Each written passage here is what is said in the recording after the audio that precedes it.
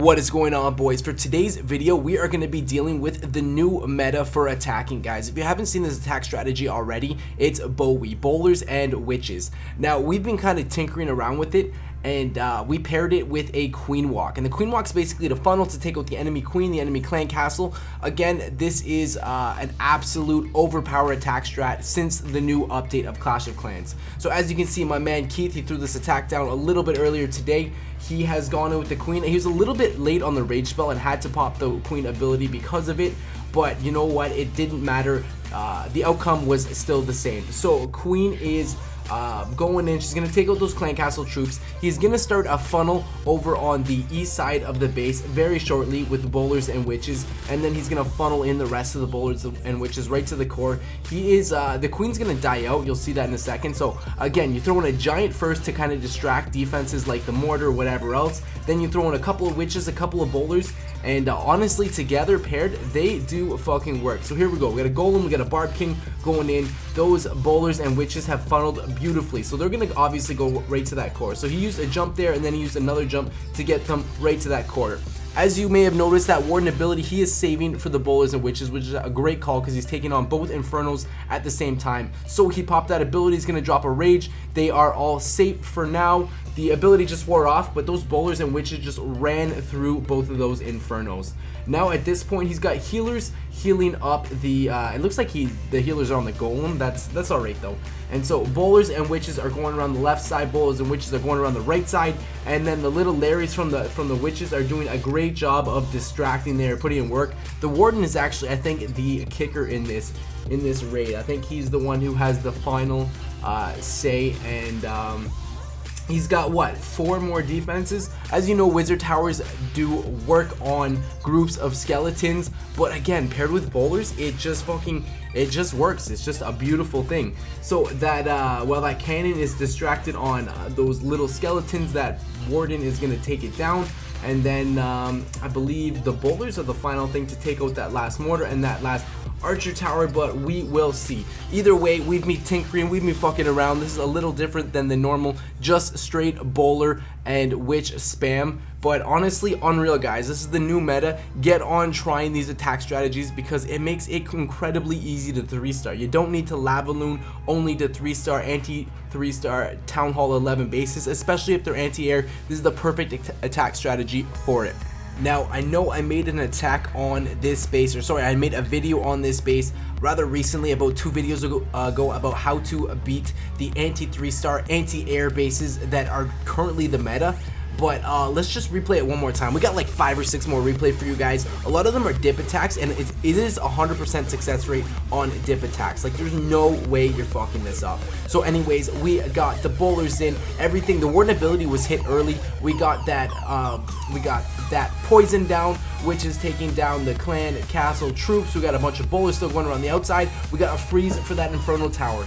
The proper army you're gonna want for this is about the proper spells. At least you're gonna want at least 2 rages, maybe 3.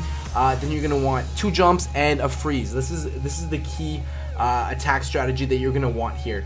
Now, obviously, you want your heroes following in down the core, but you want a lot of troops going around the outside. They are great at absolutely dummying point defenses around the outside, and that is going to be the 3-star. So your heroes don't get hit from the sides, so they don't have to run around the base at the end. You want troops going around the outside here, guys. You want to funnel a bunch to the core, but you want to funnel a bunch around each side as well. But you want like a whole 360 circumference attack. Now, this is basically a spray and pray attack strategy. There's not a whole lot of skill involved.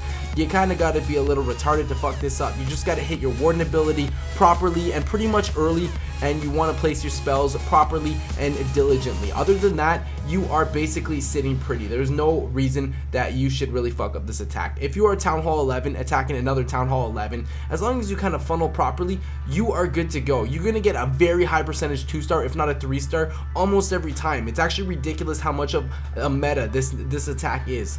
So anyways, obviously this attack is winding down. Let me show you guys all the dip attacks, and let me show you how fucking easy it is, guys. There's no way to fuck this up. Like, it's incredible. I don't know what else to say about it. Clearly, Supercell is probably going to nerf it at some point, but for now, this is the attack strategy you want to be using if you want to get those easy Town Hall 11 3-stars, and if you are not that cultured in air. Air takes a little bit more skill than this strat, but it is still, honestly guys, easy peasy. If you want to win wars, get on it. So here we go, very first attack, dip attack that I'm gonna show you guys. Now this is honestly a pretty common anti-air. This is probably a YouTube base because I see this fairly a lot. So my favorite attack strategy, again, you start from the left side, you start from the right side. You're gonna throw 2 giants, you're gonna throw about 3 witches and 4 bowlers. You're gonna do both on the left and the right. Then you're gonna kind of spam everything else out in the middle. So all you're doing is creating a funnel by throwing the troops on the side first, and then you want to place a jump. So everything is going to go right in at that first Inferno Tower. Now you want to hit the Inferno Towers one at a time, guys. Pop that Warden ability fairly early, and that's basically what you want to do, just in case there's giant bombs there, something that's going to fuck up your raid really quickly. Once you get to the end, it's not nearly as important, the Warden ability. You just want to make sure they get through that initial side and they're taking out all those defenses on the side. Now the freeze here was perfect. We took out 1 Inferno and 4 Teslas and both heroes. That was absolutely clutch. You don't really need to attack from the hero side. I think things can go really awry if we did, so we attacked from the bottom end and made sure we saved that freeze for the queen and things like that. So we just had to bop that queen ability. It looks like there is no real defenses left that's going to contend us. We still have like 3 or 4 bowlers on each side, as well as 3 or 4 witches. They didn't even get touched. They just ran through those point defenses. Again, this is a fairly common Town Hall 10 base, but it just goes to show you the easeability of using this Bowie attack strat. There's no reason anybody should fail on Town Hall 10s anymore with this dip attack strategy. Works on Town Hall 11s. It is like you can do this shit blindfolded on Town Hall 10s. This is just easy breezy. Let's jump into the next replay, shall we? So we got 2 more replays after this one. Now this is coming to us from an enemy clan, a clan that actually just beat us, and they use a slightly different variation. They use 10 witches and 20 bowlers, so they don't use the 2 giants for any tank ability there, any distracting of defenses. They just throw the witches right in and the bowlers. A little riskier, but honestly not really, because again, they just run through the space. So again, they throw everything on the side to a funnel. That's the only point in throwing everything on the side first. Then they're going to throw the jump. They have about 7 giants in the clan castle. Then they just spam the rest of the bowlers, the rest of the witches, and the heroes in. So let's see what happens. Everything's going to go through that jump, it's looking like. They're not going to have to bop that Warden ability, I don't think, not early anyways, because they have those giants out front tanking, and I think those giants just took out a couple of giant bombs. They get the poison on the clan castle, and there goes the Warden ability right as the queen starts targeting things. Now at this point, it's hard to tell what's going on. It's just a big mashup in the middle of colors. There's jumps, there's rages, there's bowling, there's witches witching, and again, look, there's bowlers and witches going around each side, clearing up the side defenses, distracting them with Larry's. They don't have a freeze for that last Inferno, it's looking like, but again, it's really not going to matter with this goddamn attack strategy. So the queen's still up with her ability. It looks like the Barb King has died out, and the Warden is still alive as well. But there's a lot of witches, there's a lot of things going on. This is the last attack I can narrate, because honestly, it sounds like I'm just repeating myself at this point. Look, last defense is about to go down. I hope you guys enjoyed the video. Make sure to drop the like and the sub if you haven't already. As always, ladies and gentlemen, enjoy your freedom.